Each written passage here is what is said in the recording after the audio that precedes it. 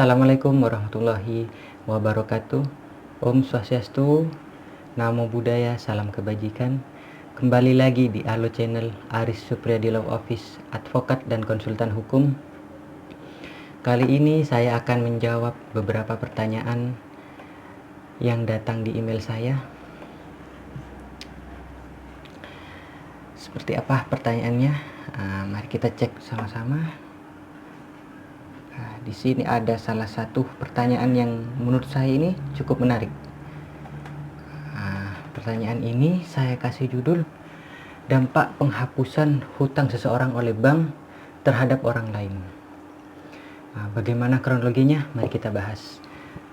Teman-teman semua, jadi kronologi peristiwa yang terjadi di pertanyaan ini sebenarnya seperti ini.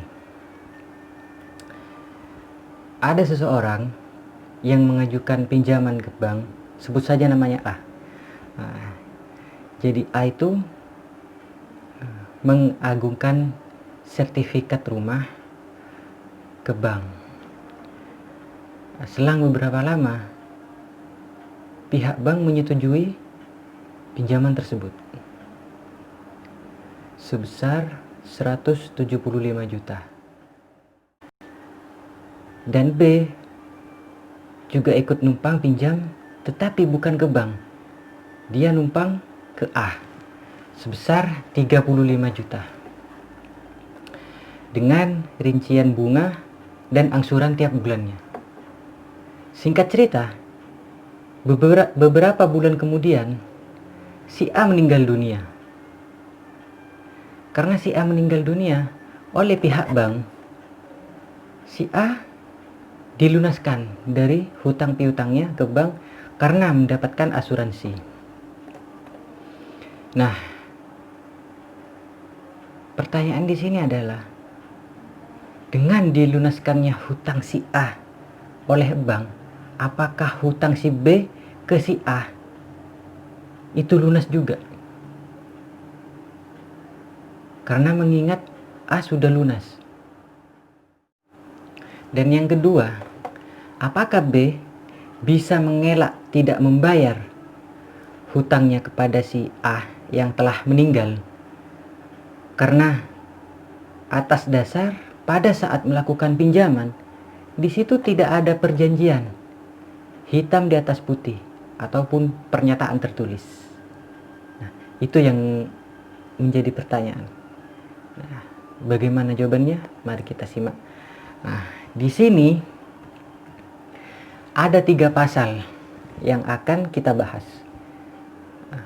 Yang pertama adalah pasal 1320 KUH Perdata atau Kitab Undang-Undang Hukum Perdata. Yang kedua, ada pasal 833 KUH Perdata. Yang ketiga, ada pasal 1439 KUH Perdata. Mari kita bahas yang pertama dulu, yaitu adalah pasal 1320 KUH Perdata. Di pasal 1320 KUH Perdata, di sini menyatakan untuk sahnya suatu perjanjian diperlukan 4 syarat. Apa saja syaratnya? Oke, kita bahas. Yang pertama adalah kesepakatan mereka yang mengikat dirinya. Artinya apa? Kedua belah pihak antara si A dan si B telah terjadi perjanjian. Dan dari perjanjian itu mereka sepakat. Si A memberikan pinjaman dan si B menyetujui pinjaman itu. Begitupun dengan cara pembayarannya. Yang kedua, kecakapan untuk membuat suatu perikatan.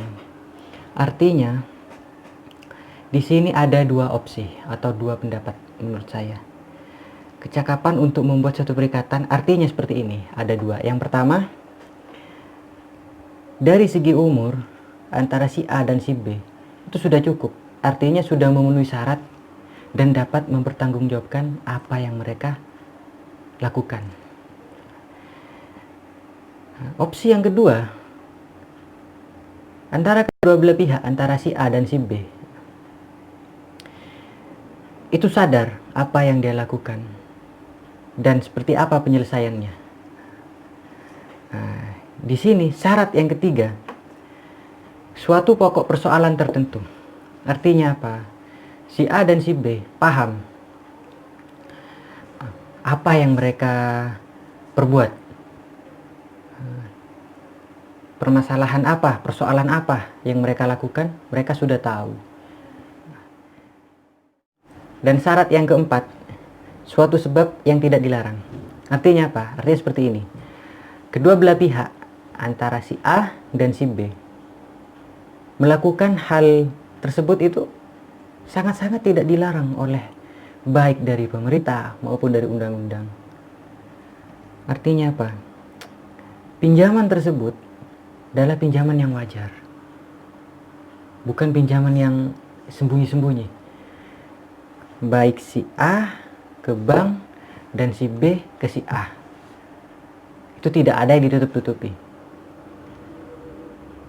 Jadi kesimpulannya, menurut saya, kesimpulan dari pasal 1320 KUH Perdata, telah terjadi perjanjian secara tidak tertulis antara si A dan si B. Karena menurut pasal 1320 dari 4 syarat tersebut tidak ada yang menyatakan harus ada tertulis.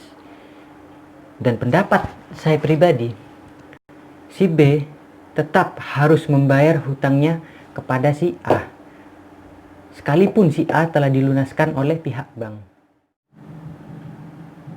Pada dasarnya, hutang tetap harus dilunasi, sekalipun A telah meninggal. Akan tetapi, hutang tersebut beralih kepada ahli waris si A, sesuai dengan pasal 833 KUH Perdata. Seperti apa isi lengkapnya dari pasal tersebut? Mari kita bahas.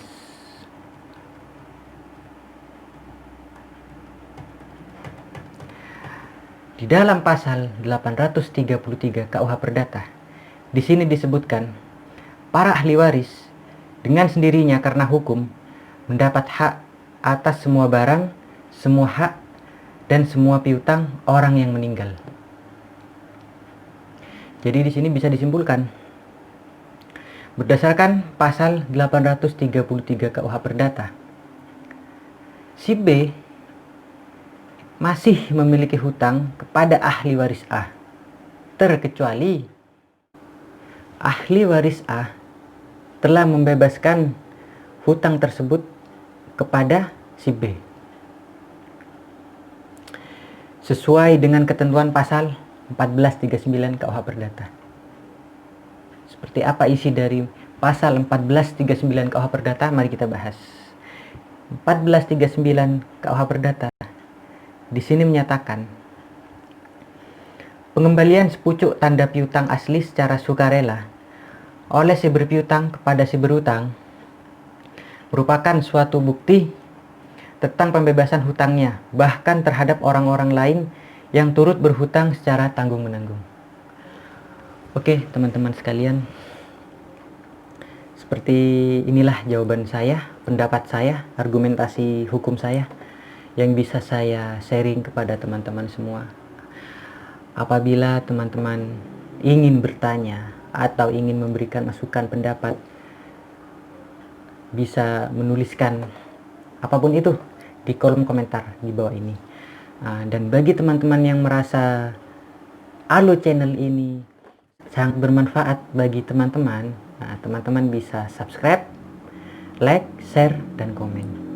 Seperti itu jawaban saya, teman-teman. Saya akhiri. Assalamualaikum warahmatullahi wabarakatuh.